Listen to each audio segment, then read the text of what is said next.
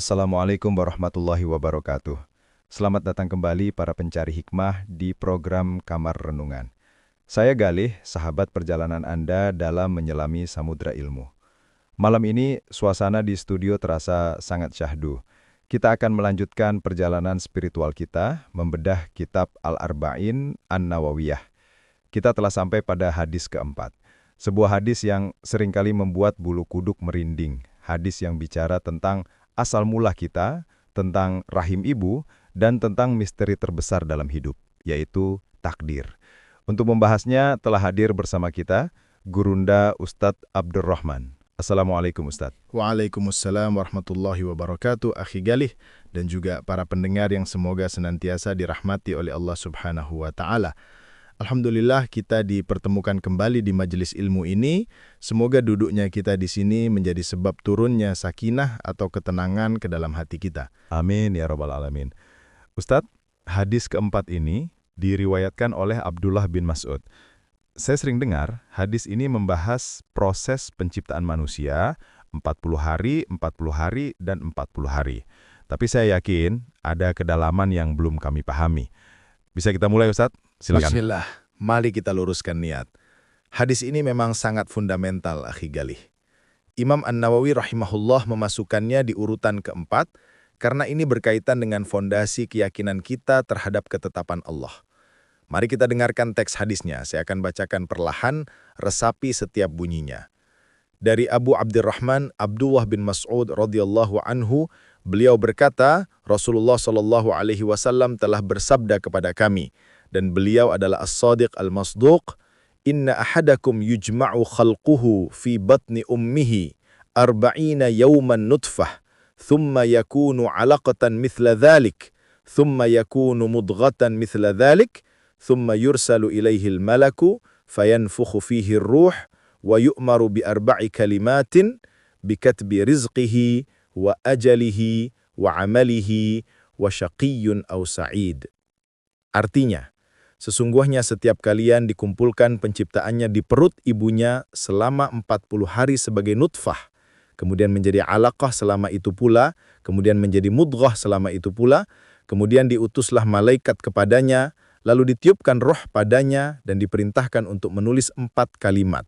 Rizkinya, ajalnya, amalnya, dan apakah ia celaka atau bahagia.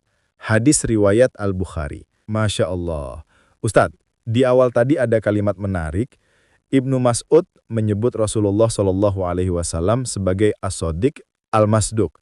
Kenapa harus ada penekanan gelar itu di hadis ini? Bukankah Nabi selalu jujur? Pertanyaan yang cerdas, Akhi Galih.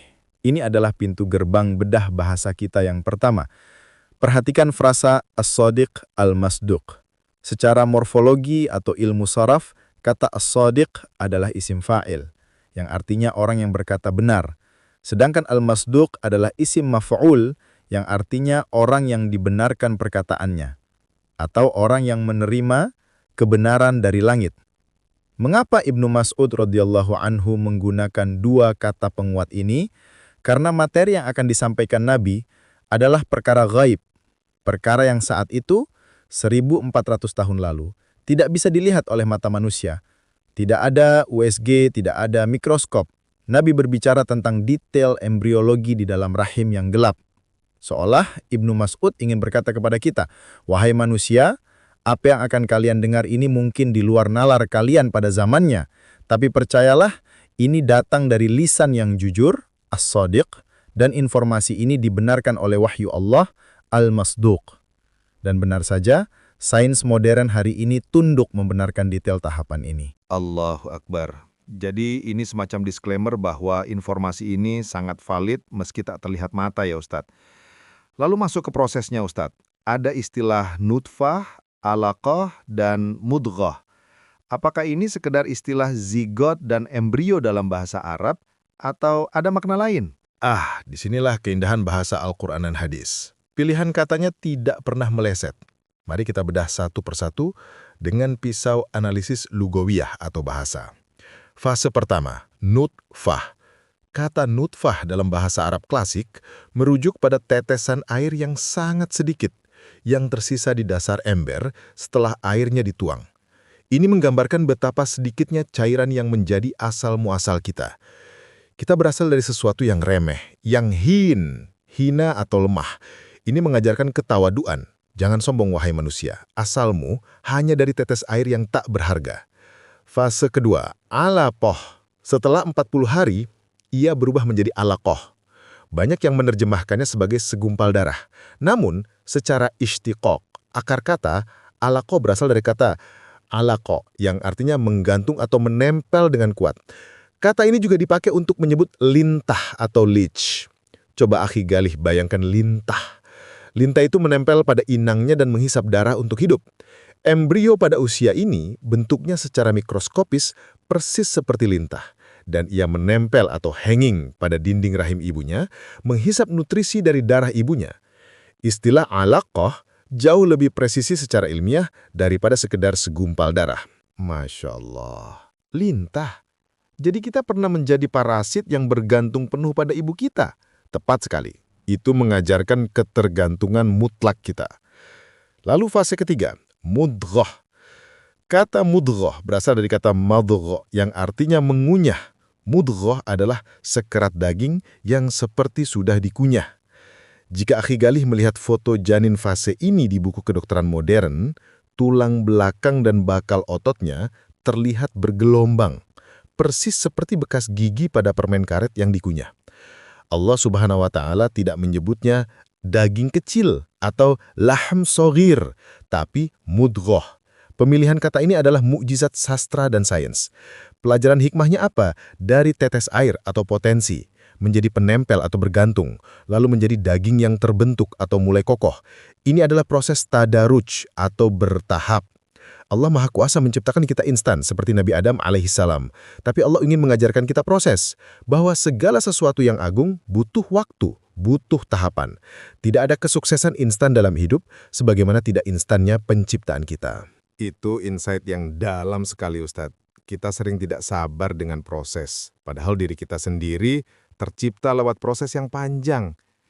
Nah, setelah fase fisik itu selesai, hadis menyebutkan, yursalu ilaihil malaku fayanfuhu fihir ruhu wa yuktabu arba'atu kalimatin. Diutus malaikat lalu ditiupkan ruh dan dituliskan 4 hal, rezeki, ajal, amal, dan celaka atau bahagia. Ini bagian yang sering bikin galau, Ustadz. Kalau rezeki dan nasib saya sudah ditulis saat saya janin, untuk apa saya bekerja keras? Untuk apa saya capek-capek berusaha? Pertanyaan ini klasik dan sering menjebak logika manusia. Mari kita luruskan dengan konsep Ahlus Sunnah wal Jamaah. Perhatikan kata kerjanya. Bikat birizqihi, ditetapkan penulisan rezekinya. Imam Ibnu Rajab Al-Hambali dalam kitabnya Jami'ul Ulum wal Hikam menjelaskan bahwa penulisan takdir ini adalah kitabah umriyah, yaitu penulisan seumur hidup, yang merupakan turunan dari Lauh Mahfuz. Konsep kuncinya begini, akhi Galih. Allah Subhanahu wa Ta'ala menetapkan hasil, tapi Allah juga memerintahkan proses atau ikhtiar. Pengetahuan Allah tentang masa depan kita tidak memaksa kita untuk melakukannya. Contoh sederhana, seorang guru yang sangat mengenal muridnya melihat si A malas belajar. Guru itu memprediksi A akan tidak lulus. Lalu benar, si A tidak lulus. Apakah si A tidak lulus karena tulisan guru itu? Tidak. Tulisan guru itu berdasarkan pengetahuannya akan sifat si A. Tapi si A gagal karena pilihannya sendiri untuk malas. Allah Maha Tahu atau Al-Alim. Allah tahu pilihan-pilihan yang akan kita ambil nanti. Maka dituliskanlah rezeki dan ajal itu. Tapi kita, sebagai manusia, tidak pernah tahu apa yang tertulis. Karena kita tidak tahu, maka kewajiban kita adalah berusaha. Umar bin Khattab radhiyallahu anhu pernah berkata ketika ditanya soal lari dari wabah penyakit. Beliau menjawab, nafirru min qadarillah ila qadarillah. Kita lari dari takdir Allah yang satu menuju takdir Allah yang lain. Jadi, kepastian rezeki itu harusnya melahirkan ketenangan, bukan kemalasan. Karena sudah dijamin, saya tidak perlu sikut-sikutan, tidak perlu korupsi, tidak perlu stres berlebihan. Bagian saya tidak akan tertukar. Tugas saya hanya menjemputnya dengan cara yang halal. Indah bukan? Nafirru min qadarillah ila qadarillah. Kalimat yang sangat powerful.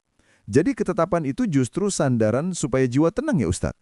Tapi Ustadz, ada bagian akhir hadis yang menakutkan. Disebutkan ada orang yang beramal amalan surga sampai jaraknya tinggal sahasta, tapi didahului oleh kitab, takdir. Lalu dia beramal amalan neraka dan masuk neraka. Ini bagaimana memahaminya? Kesannya kok Allah tidak adil. Orang sudah baik seumur hidup, terpleset di akhir, lalu masuk neraka. Nah, ini dia. Bagian ini sering menjadi fitnah bagi mereka yang tidak memahami bahasa hadis secara utuh dan tidak membaca syarah penjelasan para ulama. Mari kita bedah secara balaghah dan riwayah. Dalam riwayat lain yang sahih, seperti dalam Sahih Muslim, ada tambahan redaksi yang sangat penting sebagai qaid atau pengikat makna. Bunyinya, fima yabdu linnas, artinya dalam pandangan manusia. Jadi lengkapnya, ada orang yang beramal amalan ahli surga dalam pandangan manusia, tapi sesungguhnya adalah ahli neraka. Imam Nawawi menjelaskan ini adalah kasus orang yang lahiriahnya tampak soleh, rajin ibadah, tapi di dalam hatinya menyimpan dasi sahsu atau benih keburukan yang tersembunyi. Mungkin itu kesombongan atau kiber, mungkin itu riya atau ingin dipuji, atau ketidakikhlasan yang kronis. Dia menipu manusia dengan jubah kesolihannya, tapi dia tidak bisa menipu Allah. Di akhir hayatnya, Allah singkap kedok aslinya. Na'udzubillahi min dzalik. Itulah sebabnya takdir su'ul khotimah atau akhir yang buruk itu berlaku bagi mereka yang hatinya rusak meski casingnya bagus. Sebaliknya, ada penjahat, pendosa, tapi di hatinya ada setitik inabah atau ketundukan, ada rintihan minta ampun, ada kejujuran. Di akhir hayatnya, Allah berikan taufik untuk bertaubat. Jadi, Allah itu maha adil atau al-adal. Allah tidak akan menyia-nyiakan keikhlasan hambanya.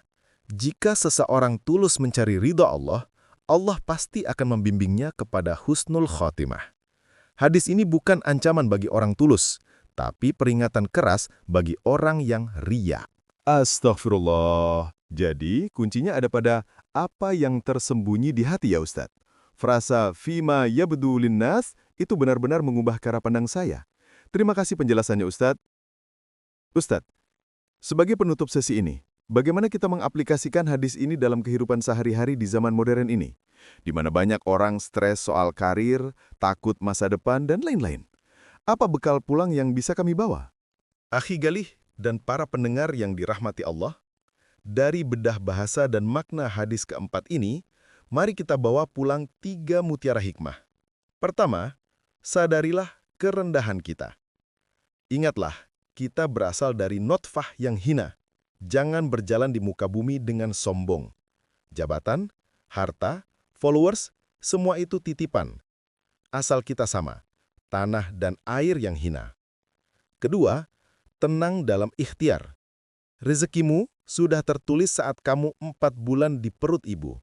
Tidak akan mati seorang hamba sampai jatah rezekinya sempurna. Maka, bekerja keraslah, tapi jangan biarkan kecemasan memakan hatimu. Jangan sampai mengejar rezeki membuatmu melupakan sang pemberi rezeki.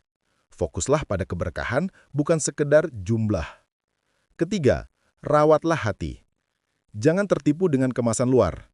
Fokuslah memperbaiki niat. Mintalah selalu husnul khotimah. Salah satu doa yang sering dibaca Nabi SAW adalah, Ya muqallibal qulub, thabbit qalbi ala dinik. Wahai dat yang membolak-balikan hati, teguhkanlah hatiku di atas agamamu. Kita tidak tahu di lembar mana hidup kita akan berakhir, tapi kita tahu bahwa Allah mencintai mereka yang terus berusaha baik dan jujur hatinya. Masya Allah, tabarakallah. Sebuah penutup yang menyejukkan sekaligus menampar kesadaran kita. Terima kasih banyak Ustadz Abdurrahman atas ilmunya malam ini. Afwan wa barakallahu fikum. Semoga bermanfaat. Sahabat Kamar Renungan, itulah tadi bedah hadis Arba'in nomor 4. Ternyata hidup kita sudah diatur dengan indah dan tugas kita adalah menjaga hati agar pantas menerima akhir yang indah. Jangan lupa bagikan episode ini jika dirasa bermanfaat. Saya Galih pamit undur diri. Subhanakallahumma wa bihamdika, asyhadu an la ilaha illa anta, astaghfiruka wa atubu ilaik. Wassalamualaikum warahmatullahi wabarakatuh.